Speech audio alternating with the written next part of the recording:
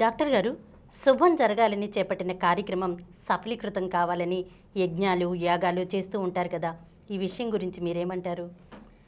యజ్ఞాలు యాగాలు అనేది వేదకాలం నుంచి వచ్చాయి. వాళ్ళ దృష్టిలో ఏంటంటే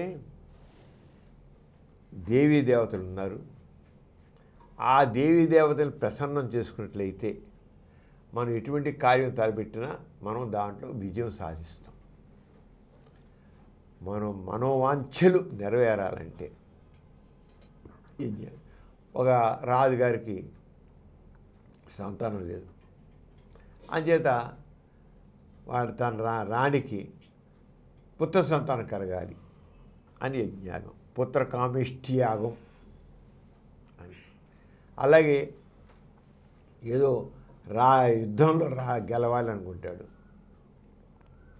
యుద్ధంలో గెలవాలంటే అశ్వమేధ యాగం, యాగాలు యజ్ఞాలు ఇవన్నీ చేశాడు. రకరకాల ఎన్ని రకాలు అంటే ఏదైనా పని తెల్లబెడితే అది సక్సెస్ అవ్వడం కోసం ఆ దేవీ దేవతలు వాళ్ళు మనం ప్రసన్నం చేసుకోవాలి. ఆ ప్రసన్నం చేయాలంటే ఒక పెద్ద యజ్ఞ హోమగుండం వేస్తారు.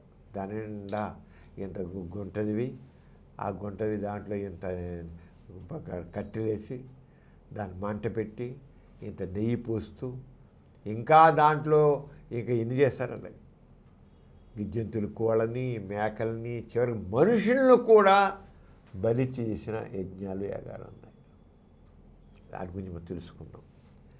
తరచుగా మనం చండీ యాగం మనం చూసాం. చండీ యాగం ఈయన కేసీఆర్ గారు అక్కడ చేస్తుండేవాడు తెలంగాణలో. చండీ యాగం అని, రుద్రయాగం, వరుణయాగం, పుత్రకామిష్టి యాగం, ఇలా రకరకాల యాగాల గురించి వింటూ ఉంటాం. ఎవరైనా ఒక పెద్ద నాయకుడు అస్వస్థ పాలైతే త్వరగా కోలుకోవాలని యజ్ఞాలు చేయడం చూస్తుంటాం. చివరికి ముఖ్యమంత్రి అవడం కోసం లేదా మరొక స్థానం పొందడం కోసం యాగాలు చేయడం చూస్తుంటాం. హిందూ సంస్కృతిలో యజ్ఞాలు యాగాలు ఒక భాగం అయిపోయాయి. ఇది వేదాల్లో చెప్పారుగా, అంటే హిందూ సంస్కృతిలో భాగం అయిపోయింది. ఏ పనైనా ప్రారంభించాలన్నా అది విజయంతో కావాలన్నా దేవతలు ప్రసన్నం చేసుకోవాలనుకుంటారు. వేదాల కాలంలో తీసుకున్నట్లయితే అగ్ని, వరుణుడు, ఇంద్రుడు అనే దేవతలు ప్రసన్నం చేసుకోవడం కోసమని యజ్ఞయాగాలు చేసేవారు వేదాల కాలంలో. యజుర్వేదంలో రకరకాల యజ్ఞాలు ఎలా చేయాలో, యాగాలు ఎలా చేయాలో, వాటి విధి విధానాల గురించి, వాటి ఫలితాలు ఎలా ఉంటాయో మంత్రాలు కూడా ఉన్నాయి. దానికి మంత్రాలు చదువుతారు. ఆ మంత్రాలు చదివితే ఆ యజ్ఞాలు యాగాలు సక్సెస్ అవుతాయని అదేంటో యజుర్వేదంలో ఉంటాయి. దేవతలు ప్రసన్నం చేసుకోవడానికి యజ్ఞాల్లో ధాన్యాలు, నెయ్యి, పశువులు కూడా బలి చేస్తారన్నమాట. యజ్ఞాల్లో బలి ఇచ్చిన పశువులని యజ్ఞగుండంలో కాలిన తర్వాత తీసుకుని ఇంకా మద్యంతో పాటు శుభ్రంగా భుజించడం అన్నమాట. ఆరోగ్యం కూడా ఆనవాయితీగా వచ్చింది. ఆ పడేసినవి మరి ఇదేతగా మేకల్ని, గొర్రెల్ని, పశు అలా తినేవాడు. కొన్ని యజ్ఞాల్లో నరబలి కూడా చేసేవారు, మనుషులు కూడా బలిసేవాడు. కొన్ని యజ్ఞాల్లో జరిపే కర్మకాండలు చాలా విచిత్రంగా ఉండడమే కాకుండా చాలా అసహ్యంగా కూడా ఉంటాయి. అసహ్యంగా కొన్ని యజ్ఞాల్లో ఆ రోజుల్లో రాజులు సంతాన సఫలత కొరకు గుర్రంతో పడుకోవడం, రాళ్ళు గుర్రంతో పడుకోవడం, అది జరగడం అసంభవనుకో అని దాని లింగాన్ని తమ యోనిలో ప్రవేశం చేసుకోవడానికి ప్రయత్నం చేయదు. ఈ వెల్లికలో పడుకుంటే దాన్ని రెచ్చగొట్టి దాని లింగాన్ని పెద్ద అయితే దాన్ని యోనిలో పెట్టుకోవడం కోసం. ఎంత అసహ్యకరమైనది ఇది. ఆ గుర్రం యొక్క దీంతో అది స్కలన కలిగితే దానికి ఒక పుత్రకామిష్టి పుత్రుడు పుడతాడు. అంటే అసలు ఏమాత్రం కూడా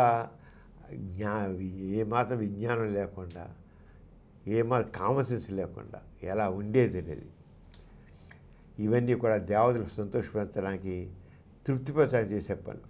ఆదియుగంలో కూడా చండీ యాగం పేరిట పెద్ద పెట్టిన చేయడం జరుగుతుంది. వర్షం కురవకపోతే వనయాగం, వర్షాలు కురవడానికి యాగాలు దగ్గర సంబంధం ఏంటి? అసలు యాగం చేసినా వర్షం కురవకపోతే ఎక్కడో యాగం చేయడంలో చిన్న లోపం జరిగిందన్నమాట అనుకుంటారు. ఎక్కడ యాగాలకిను వర్షాలు సంబంధం లేదు. కానీ ప్రతి కుర్రాలు లేదు కదా, అంచేది కుర్రాలు లేకపోతే ఎక్కడో చేసినది ఎక్కడో చిన్న పొరపాటు జరిగిందన్నమాట. అందుకని లేదు మళ్ళీ సరిపెట్టుకోవడం. కానీ దీనిలో ఫలితం లేదని కాదు, సరిపెట్టేసుకోవడం అంతే.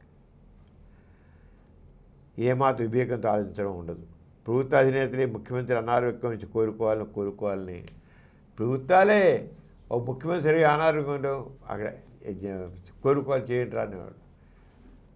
అంతర్గెందుకు మన రాజశేఖర రెడ్డి గారు ముఖ్యమంత్రిగా ఉన్నప్పుడు ఆయన హెలికాప్టర్లో అది యాక్సిడెంట్ అయ్యి అడవిలో పడిపోయారు. ఆయన పడ్డం చనిపోవడంతో అయిపోయింది.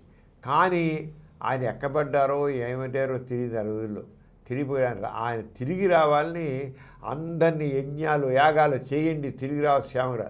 ఆల్రెడీ డైడ్, ముక్కలేవి చనిపోయాడు ఆయన. వాళ్ళ అడవుల్లో దట్టమైన అడవుల్లో పడిపోయేది అయిపోయాడు. కానీ ఆయన తిరిగి రావాలి, క్షేమంగా తిరిగి రావాలని చెప్పి యజ్ఞాలు యాగాలు చేశారు. అసలు ఏంటి వస్తారు అలాగా రాలేక మరి.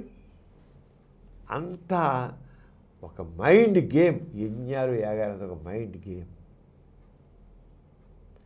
ఆ యజ్ఞాలు ప్రజలందరినీ యజ్ఞాలు చేయండి, యాగాలు చేయండి, చేస్తే ఆయన మా నాయకుడు తిరిగి వస్తాడని అందరూ తెలుసు. అప్పుడు ఎంతమంది వాళ్ళు చేశారు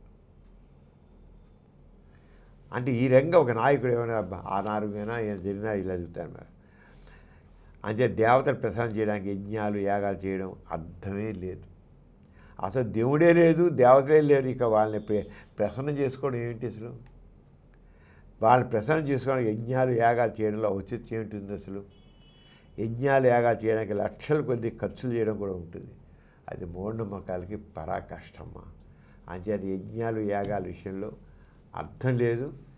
అసలు ఆధునికంలో కూడా ఇంకా చేస్తున్నారు. ఇంత సైన్స్ డెవలప్ అయ్యి కూడా చేస్తున్నారంటే మన వాళ్ళ మత మౌఢ్యం ఏ లెవెల్లో ఉందో అర్థమవుతుంది మనకి. వర్షాలు ఎప్పుడు వస్తాయి ఏమిటి ఎలా చూడు, 6 రోజులు ముందు చెబుతాడు వర్షాలు వస్తాయి, ఫలానా రోజు వస్తాయి, ఫలానా చోట వస్తాయి అని ఎంతో స్పష్టంగా కూడా చెప్పేస్తాం. అంత సైన్స్ డెవలప్ అయిపోయింది. ఒక 3-4 రోజుల ముందు చెప్పేసారు ఎండలు ఇంతకి ఇక్కడ ఈ ఏరియాలు ఇంత కురుస్తుంటూ వస్తాయి అని. అంత సైన్స్ డెవలప్లో ఇంకా యజ్ఞాలు యాగాలు నమ్ముకోవడం అంటే మతం మనిషిని ఎంత మూర్ఖునిగా ఉంచుతోంది, మత నమ్మకాల మనిషిని ఎంత అజ్ఞానంలో ఉంచుతున్నాయని అర్థమవుతుంది మనకి. దీని నుంచి బయటపడాలి, లేదా మౌఢ్యానికి మూఢత్వానికి పరాకాష్ట అవుతుంది. వీటన్నిటికి మూలం ఏంటి? మతం. మతం మనిషిని మూర్ఖుడిగా, మూఢునిగా, అజ్ఞానిగా, పనికిరానుడిగా తయారు చేస్తుంది. అయితే మత నమ్మకాలకి దూరంగా ఉండండి.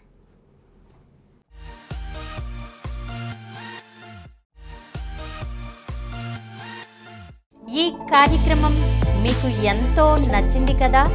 ఇటువంటి మరిన్ని వీడియోల కోసం అనతి కాలంలోనే 20 కోట్లకు పైగా వ్యూస్ సాధించిన సమరం ఛానల్ సమర్పించు పాజిటివ్ ఎథియిజం తెలుగు ఛానల్కు సబ్స్క్రైబ్ చేయండి, లైక్ చేయండి, మీ ఫ్రెండ్స్కి షేర్ చేయండి. అలాగే ప్రక్కనున్న గంట సింబల్ని ప్రెస్ చేయడం మర్చిపోకండి.